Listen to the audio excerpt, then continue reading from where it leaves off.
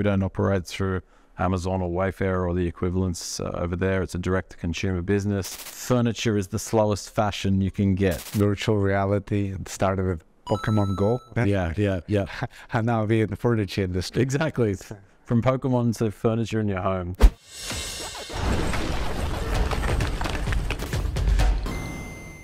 Can we start you telling us about your background before you started in furniture industry? Yep.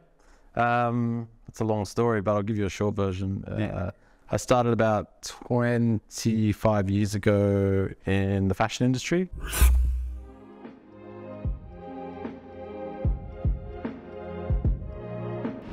Working in showrooms, wholesale, before moving into store design. From store design, moved into sales, and then from sales, moved into brand management. So managing brands in the Australian market, distributed through retail, wholesale, online, licensing, all facets. Online and not offline? Both online and offline. And different brands? Different brands, so predominantly mono brands, so working with one brand at a time, and focusing on their turnaround strategies or growth strategies in the market. And how long did you do that for? It was roughly around 7-8 years before I started my own business, which I ran for 5 years before selling part of it.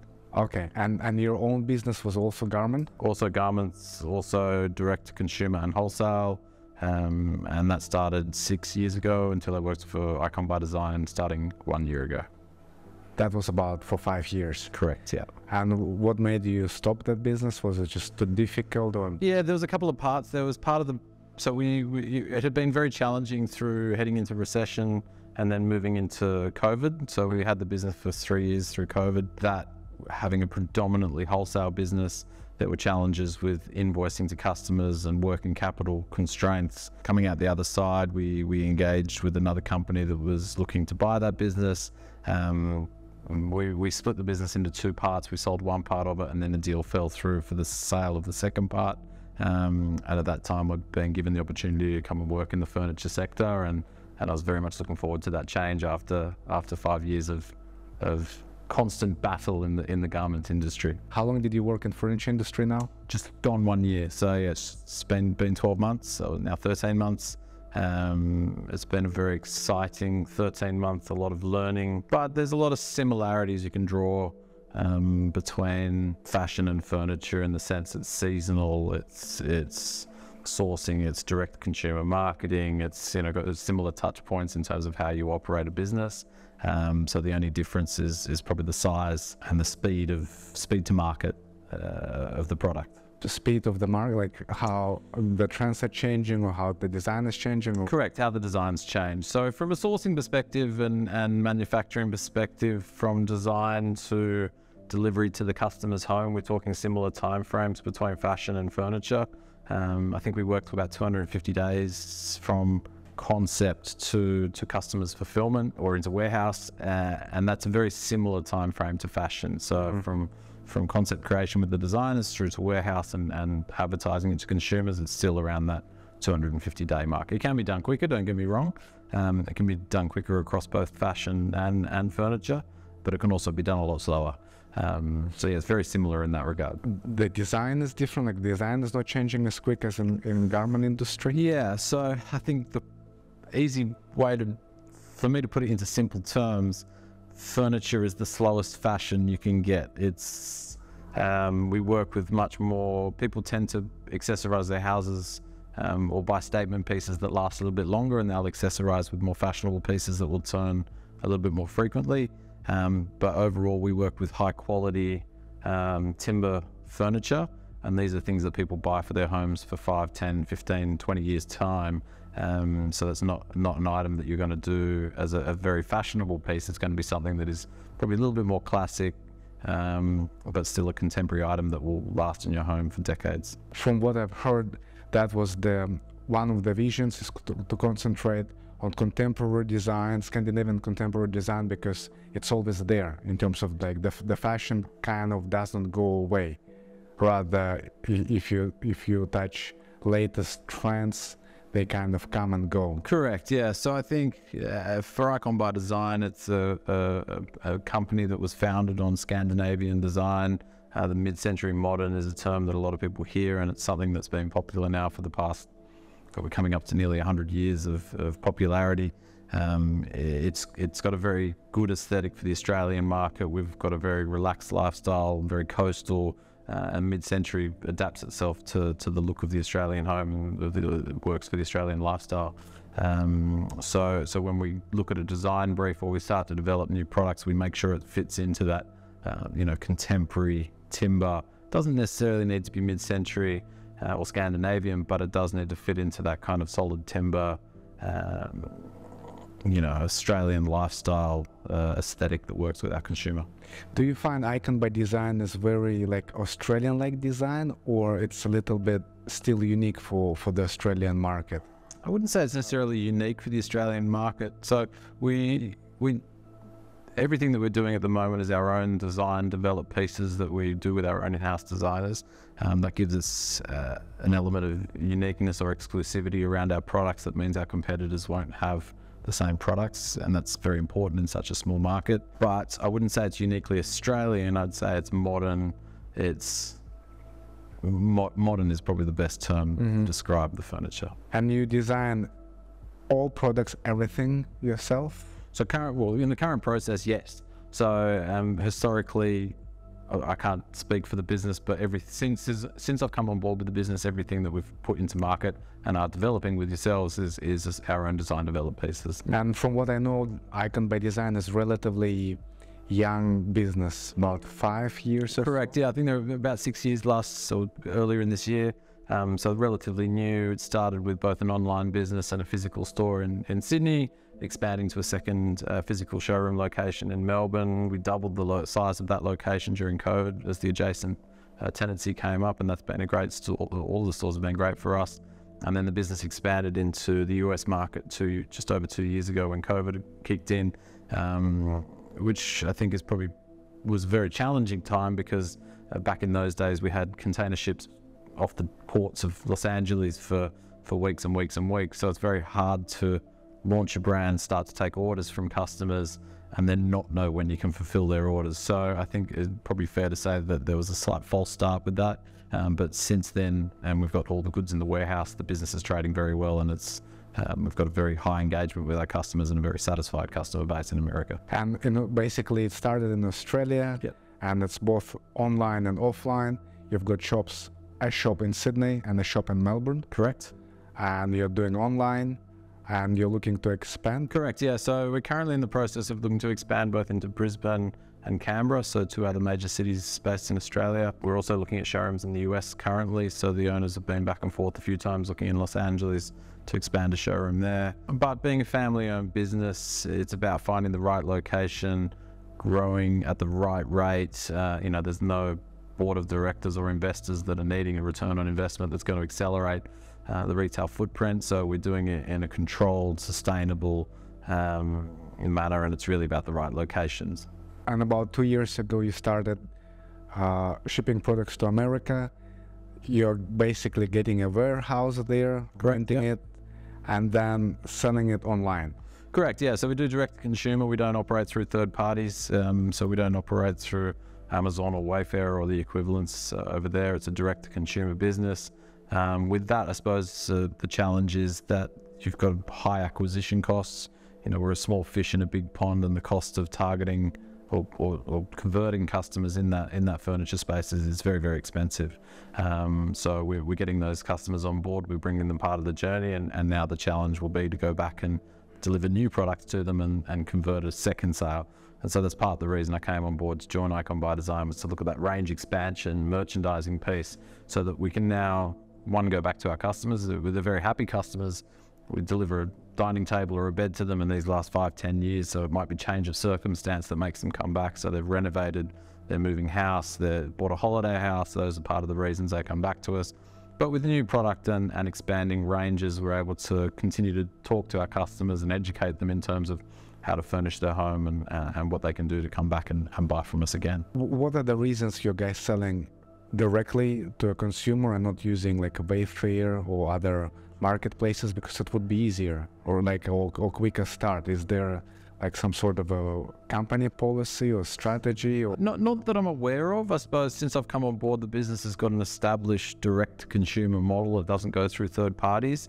So I imagine that's the model that the owners decided to take when they had reached a maturity in the business. I think selling through your direct-to-consumer, ensuring that you've got your own products in your own showrooms and not necessarily through third parties, enables you to control, I suppose, your warehousing, your logistics, your customer care, your customer service, invoicing. It gives you full control over your business. Where going through third parties, often you have to use their customer service team, their logistics, their warehousing. So I'm not saying it's a control issue, but it just means that you have a greater control over customer service, and customer service is paramount, and customer experience is paramount. From the time in which the customer engages with us, which is often through social media initially when they're starting to research, that can then turn into looking on the website to get the technical specifications to see how it's going to fit. They'll start to investigate care and how to look after it and what it's made of, so that they've got an intimate understanding of how the furniture is constructed. It's all an education piece that gives them confidence to buy the products. And then once they've bought those products, really it's about ensuring that we give them the best possible customer service, because they're not spending small amounts. It's not a you know. Where would you place your brand? Like premium or like affordable premium? So we make a very high quality product sold at a very competitive rate. And the way that we do that is we don't buy through wholesalers, we source direct from factories. We don't need a middleman involved, and we can pass those savings on to our consumer. By doing that, we're able to offer our customers a product that has the quality of equivalent retailers selling it for 30-40% higher prices. So we pass those on to our consumers, and that's what makes us unique. So that would be kind of premium. It's a very premium product. Yeah, premium product. Yeah, it's made of like first grade oak without notes. Exactly. Like that. Yeah. Your guys paying attention. So we use grade A, grade 1 oak. Same with walnuts. And walnut isn't a cheap material. It's all American sourced timbers that we put through our supply chain offshore.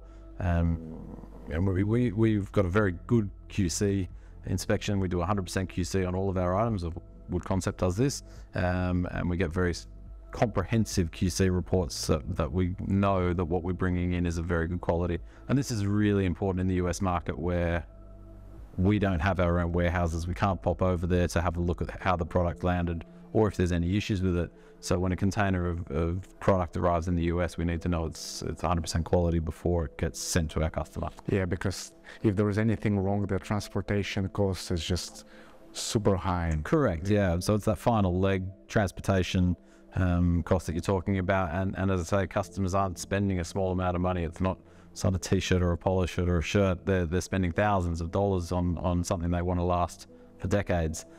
To have a substandard product delivered to them is unsatisfactory in our mind, and we make sure that our product has the quality it deserves. And then now Icon by Design, mainly the main product is the wooden indoor furniture. Correct. Now you added the lounges. Correct.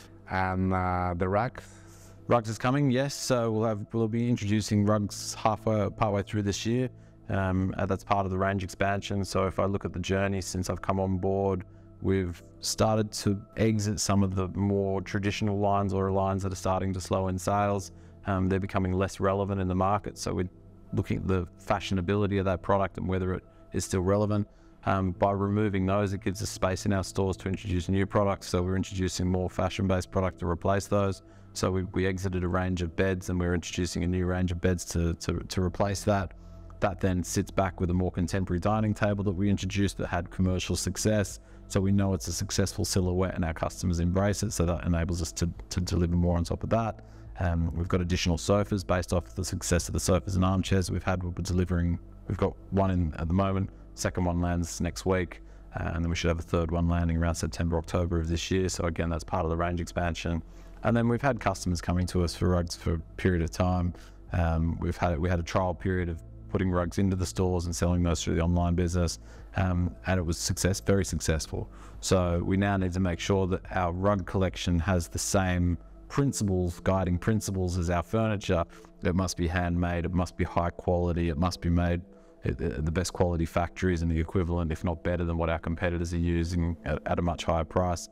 And so we're excited for those to land later in this year. When your company buys product, you guys buying it directly from the factories, or you're buying it from through like agents like us? And what are the benefits? What are the pros and cons? We use agents in the countries that we manufacture in because they're a specialist team with the knowledge on the ground.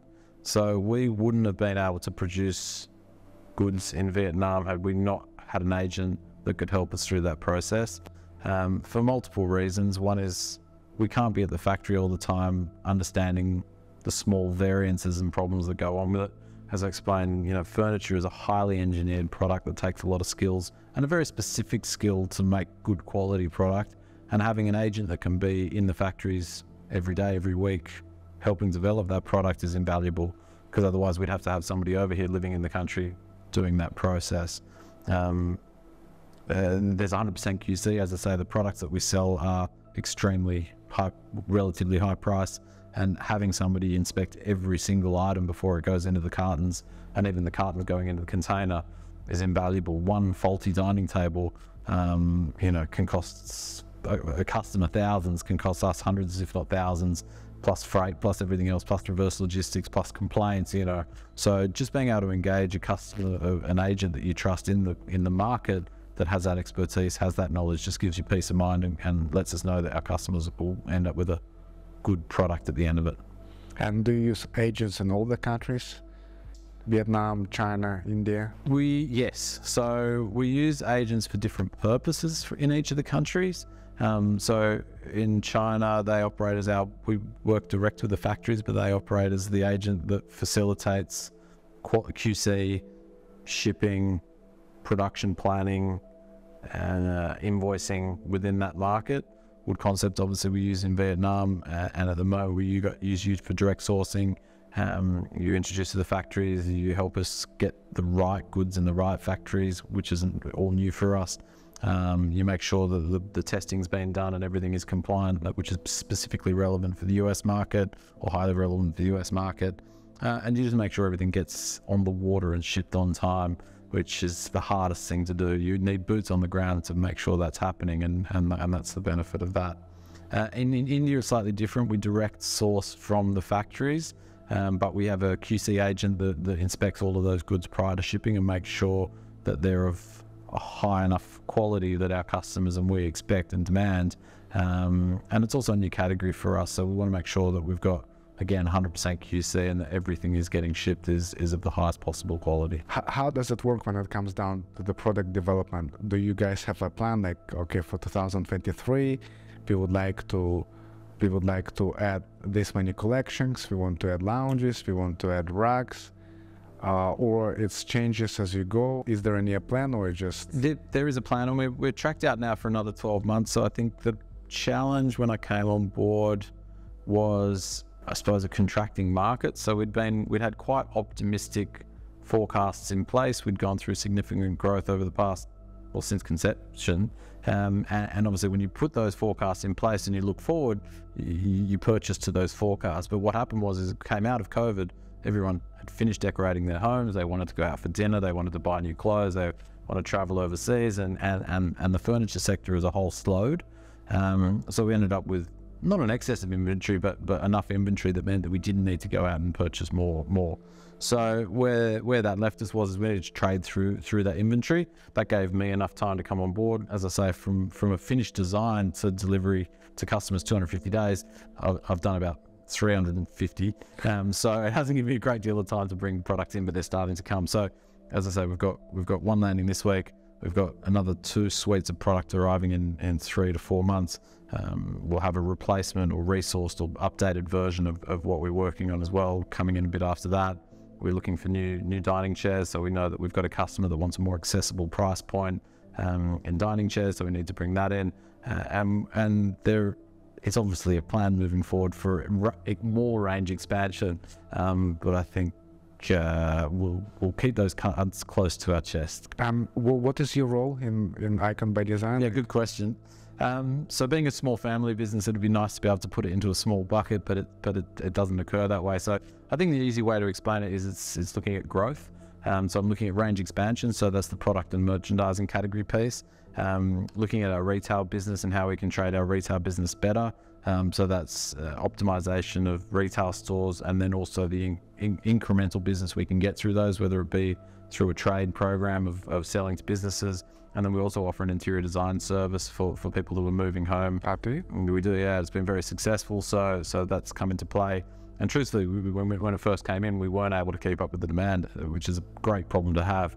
So we had to pull back slightly on that. We've stopped for a period of time doing our in-home consultations and going to customers' homes because we just didn't have the time or capacity. So we then moved it to in-store or virtual consultations, and we had enough capacity to keep us going off that. And actually we found the experience of the customers coming into the showroom, being able to see and touch the products that they were going to put into their homes was more beneficial to us giving a presentation of products on a screen. So they were able to look, touch, feel, see the quality, and that's where we really see. And then basically they go home, do a video call, show you how their house is, or give you yeah, so I'll talk through that process. So really the customer comes to us and they say, oh, you know, interior design consultations. We said we absolutely do. From there we get the measurements of their home. We fill a brief. So we say, what sort of home are you buying? What sort of lifestyle do you live? Do you have children? Do you have pets? You know, do you entertain? And we kind of get an understanding of what the customer wants. We understand how many rooms they're looking to do. So a person that's either acquiring a new property or renovating often will need product for a whole home. People who buy holiday homes might want some furniture, but not the whole house. And then our designers will go away. They'll create a 2D, which then creates a 3D model of their home. We use the Icon by Design product to sort of put in based on their briefs. Create a color palette, mood board, material board that goes back with that. We take any existing items they want to take with them. So people might have a statement piece they want to keep or something that's already in their home, and we put those into the plan. And that's roughly a sort of 3-week period from brief to delivery. So our design team takes roughly three working weeks to finish that program, and then they'll present that to the customer. The customer will have time to review it, or we'll make review changes on the spot. And then from there, we sort of say, here's what it looks like, and they'll generate an order from that, and that will go out to the customer's home for when they move or renovate or whatever that looks like. Here's the list of furniture you need. Exactly. Here's the total price. Exactly. You just need to transfer it here. Exactly right. So, well, like I haven't heard about that model. Usually retail stores, they don't provide this service. Would you agree? I'd say it's becoming increasingly common. Is it? Yeah. So if I look at our direct competitors, definitely in the more premium space, they offer that service. People operating in a more mainstream space probably don't offer the service. But we're potentially a mainstream price point, but in a premium product space. So it's just something we both want to do, and our customers have asked us to do. So it's just a good segue in terms of offering. As I say, we've got to focus on customer experience and customer satisfaction. It's just adding to that process. And how did you come up with that idea, or how did the company come up with that idea? Is it because the customers were asking for that? Like anything, you can't just do something because you think it's the right thing to do. So it was off the back of customers asking if it was a service we offered, seeing that that's what was offered in the competitors' space, and then also, knowing that it was a necessity for our business to offer it. So, and let's say from 10 clients who is buying from Icon by Design, how many would use that service? Yeah, so, on average, we sell roughly 3 units for every transaction that we do.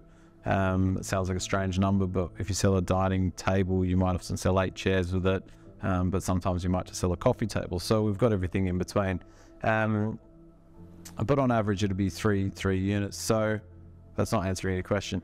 To answer your question in terms of how many customers come on board and ask for that service, it really varies, because when we first started, we offered it, we marketed it, we offered it to customers, and it took off hugely. But then we created a 6-week backlog for customers, and it wasn't creating a huge user experience. People were getting frustrated because we couldn't turn their jobs around quick enough. We weren't doing high enough quality for it. And that's why we decided to pull it back and offer it to less customers, but improve the quality of the service. And so to answer your question, we probably get about 2 or 3 a week at this point per showroom.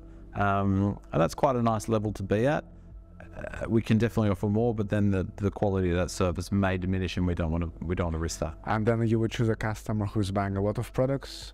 They engage us in the service, and it's usually got a minimum order quantity attached to it. Okay. So it's a service that they are required to pay for with a spend threshold. If they spend over that threshold, we refund the cost of the service. Oh, that's good. So it removes the tire kickers, I think, is the best way to put it. So and then at the end you basically give 3D rendering with Icon by Design furniture in it. Yeah, correct. It's a 20+ page presentation we give back to our clients.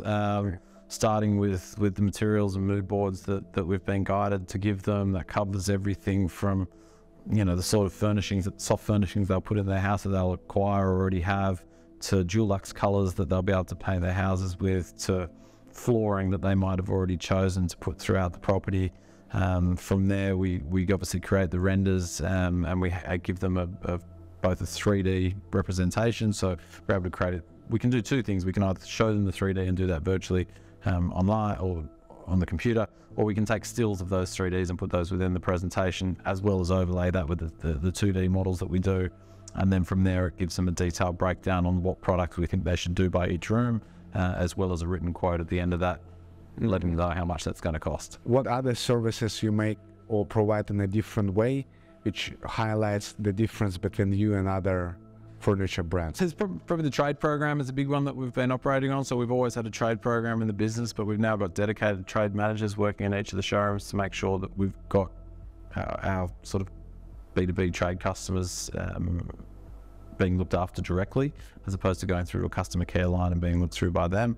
And then the alternative there, which is one thing that came up and we do it a lot out of the US, is the virtual consult, where people will be able to come on through a video link. We'll be able to run them through the product that they're interested in, show it to them, give them a full breakdown on what that looks like. And so that's something we do that's not 100% unique, but we probably do it better than our competitors. Like basically consulting clients. Exactly right. So, as I say, we buy things that are designed for life. If you want to buy something that's a big high-ticket item and you want confidence around it, and if we use America as an example, we haven't got a showroom so people can't go and look, touch, feel the product. They can just jump on a virtual consult. That'll go straight to one of our showrooms. One of our consultants in the showrooms can show them the product as it stands, show them the drawers, show them how it opens, show them how it fits, and it just gives them peace of mind when they're making that high-value purchase. And do they do that? Like the clients from America, they would have a virtual all over the Australian shop. Correct. And the time difference? Usually works. So we find, although we've got East and West Coast customers across America, often their time zone works in with our morning. So if we look at places like Los Angeles and whatnot, it's the late afternoon as it's morning here. So usually the time differences are okay. And often it's a benefit because the customers are at home of an evening looking online, and we're already at work that morning and we're able to take them through it. So it helps service the US customers while they're outside of business hours. And is it like a common thing? Yeah, there'll be several a week. Several a week. Yeah. Wow, interesting. Okay. Australian website and American websites are different. It's got different engine. Basically, branding is different. Correct. Yeah, everything is different. Everything is different. But then does it have that Icon by Design touch kind of in a way? Well, I think ultimately the furniture is the same, and that's the best thing. So, look, it was driven out of two parts. One is that there was a design consultant brought in who gave us brand guidelines around a more elevated branding, and that was what was deployed in the US. Being a much bigger and much more established brand in Australia, it's more risky to deploy new branding into that market. I think it's pretty fair to say that the branding that was deployed in the US needs to be improved, and we'll continue to go through that. And when it comes down to product development, do you mind walking me through the process? Like how does starting from the idea stage? I'm just very curious. Yeah. Because we are doing the same. Right? Our goal is to create the brand or multiple brands. Yep. And like, where does it start? Look, I suppose it starts with the S&OP process, so sales and operational planning. So we look at product that we've got in our business, how it's trading. We basically create an 80-20 principle. We look at the top 80%. We continue to refill and reorder on those. And then we look at the bottom 20% and we look at its relevance in the business. We pay rent in our stores. Our website isn't unlimited. You've got warehousing space that's fixed. And so really we need to make sure that the product that we've got in our store is paying for its real estate and giving us a return on its investment. So the process of designing new products starts there, whereby we look at what's working and what's not working and try and diagnose and understand why. We've got a very considerable dining business, and there was an introduction of a new dining table into that business that was quite successful. Off the back of that, there was a sofa and armchair that came in that kind of married a similar silhouette, and that was extremely successful. So off the back of that, we knew that there was a customer that wanted this kind of similar aesthetic. From there, that led us to design a larger range going into bedroom, entertainment units, sideboards. Those items then marry up to the other pieces. So when somebody comes and they go, it's a great dining table, they can also buy the bed that matches the bedside table. And again, that's that range expansion piece. So off the back of the success of one product, we've then expanded it accordingly. Okay. And how would you introduce a new collection? That's a bit trickier. So at the moment, well, that is a new collection to some extent, but it's been an expanded range. At this point in time, I suppose it's more around rationalization and adding new categories. So looking at the existing items we've got in the business and are they earning their space, and bringing in those categories that we know that we need because customers are asking us for it and our interior designers are asking for it. So a great example was when customers were coming in and looking to furnish their homes, we had the option of one sofa, and people going, no, I don't like that sofa. What else have you got? And we go, we haven't got anything else. So that dictated that we immediately, in a very short period of time, needed to bring in an additional sofa. And then in addition to that, 44% of all homewares or furniture sales is sofas. If we can't have one sofa and it be 44% of the market, you need to then make sure you're expanding your range to offer what the rest of the market will consume. So if we jump backwards, let's talk normal clean slate design development process. So we look at categories that are performing and categories that aren't performing and try and identify the opportunities. We work with our interior designers and showroom team to say, what are people asking for in the showrooms? What are we missing? What would we be able to add when furnishing people's homes? And that gives us a very, very quick way of understanding it. We look at what our competitors do as well. Don't get us wrong, we're very aware of what our competition is doing and what is trending in the market. So we talk about slow fashion, it is slow, but we need to make sure that we're relevant and we make sure we're contemporary in the market. So we look at those things as well. And then the final piece of that is the price. So we know roughly what our consumers will want to pay. We know roughly where we sit in the marketplace. We know that we offer a value proposition in extremely high quality relative to some of the top tier retailers, furniture retailers globally. And then that's the brief to our designers. So we take that brief, we generally have a bit of an understanding around what the aesthetic might look like. That's also dictated by brand. So it's got to be modern, it's got to be timber, it's got to be quality, it's got to be craftsmanship, it's got to be timeless.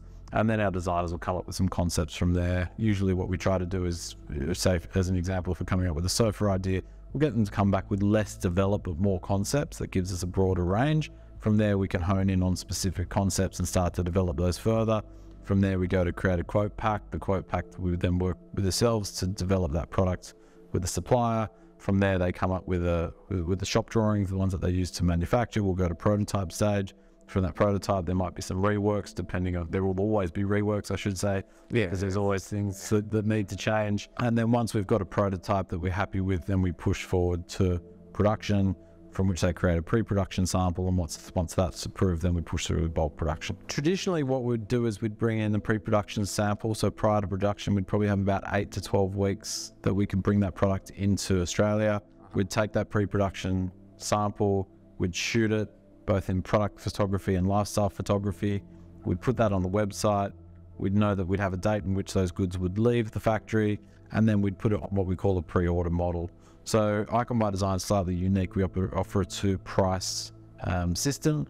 You can pre-order it, and so when the goods come into the country and that shipment arrives, those goods are cross-docked rather than going into the warehouse and sent straight to the customer's home. And we then pass those savings on to the consumer. We offer them 20% less on that product. The alternative is that we process it in our warehouse, we put it onto the pallets, we put it into storage, and then when the customer wants that, we're able to pick, pack, and deliver it. Usually the orders are processed within 24 hours, but we charge, or we pass on those costs to the customer. So really what we do is we offer that pre-order model to cut down handling and supply chain, and therefore we're able to pass those savings directly on to the consumer. And how's that model going? Fantastic, yeah. The vast majority of our sales are on the pre-order model. Really? Yeah. Oh, wow, that's pretty cool. Yeah. And that works for the new design as well. It works for all designs. So new designs we tend to pre-order. So we've got the one that we've got on the water. We've already sold a portion of that shipment. So we're hoping by the time the goods land into the country, we'll have sold the majority of that shipment, and what we don't sell goes into storage. Then we use a quite sophisticated planning tool to allow us to understand what lead time it is that we need to place new orders and what quantity of those orders we need to place. And so we have ongoing meetings around supply and demand planning and make sure that we're buying to those forecasts. We also, in addition to that, have leveraged a 3D modeling system called Celindo. What that enables our customers to do in the absence or in addition to product photography is it's a full 3D render of the product that's life realistic. Customers can look at that, play with it, move it around in a full 360 model, as well as create AI. So they can press a button, use their phone, hold it in their living room, wave it around, it'll put the sofa or the dining table or the chair or the bed in situ, and they can actually see how it's going to look in their home. So it's a very sophisticated piece of artificial intelligence, and it's an amazing virtual reality tool that we can use to help customers choose products. How long have you had it for? It went live in the US probably at the beginning of this year. It's gone live in Australia probably about 6 weeks ago. Has it been used already, and did you receive a feedback? It is being used. We are receiving feedback, and it is converting into sales. Really? Yeah. So that's pretty amazing, right? The world we live in. It is, yeah. So my home is quite small and quite compact, so it's quite challenging to put a sofa in virtual reality. But you know, we went and tried a new desk in spare office, and it worked perfectly. So you know, it's just got to be the right proportions for your room, and you won't know any different. Yeah, I think that virtual reality started with Pokemon Go. Like that. Yeah. And now we're in the furniture industry. Exactly. From Pokemon to furniture in your home. Thank you very much for being open and sharing your experience. It's been very interesting. Thank you for having me. Thank you. It's been great.